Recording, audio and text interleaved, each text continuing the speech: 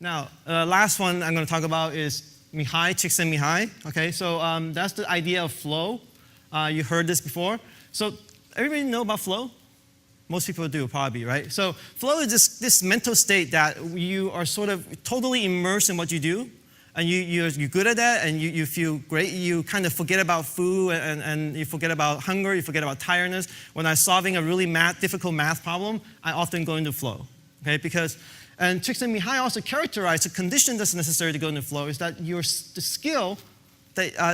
challenge that you face has to match a skill that you have, right? If it's a little bit kind of, it's too challenging, then you get worried, you get anxious, right? If the task is like too easy, then you get bored, right? And you don't want that either. So flow is somewhat kind of in this kind of fine line between like control and also boredom, right? We love to be sort of in control of things, but if things get too much in control, then we kind of feel it's bored. It's not interesting anymore, right? So likewise for arousal and worry, right? So one of the interesting thing about flow is that like over time, people acquire skill, right? Their skill increases over time, right?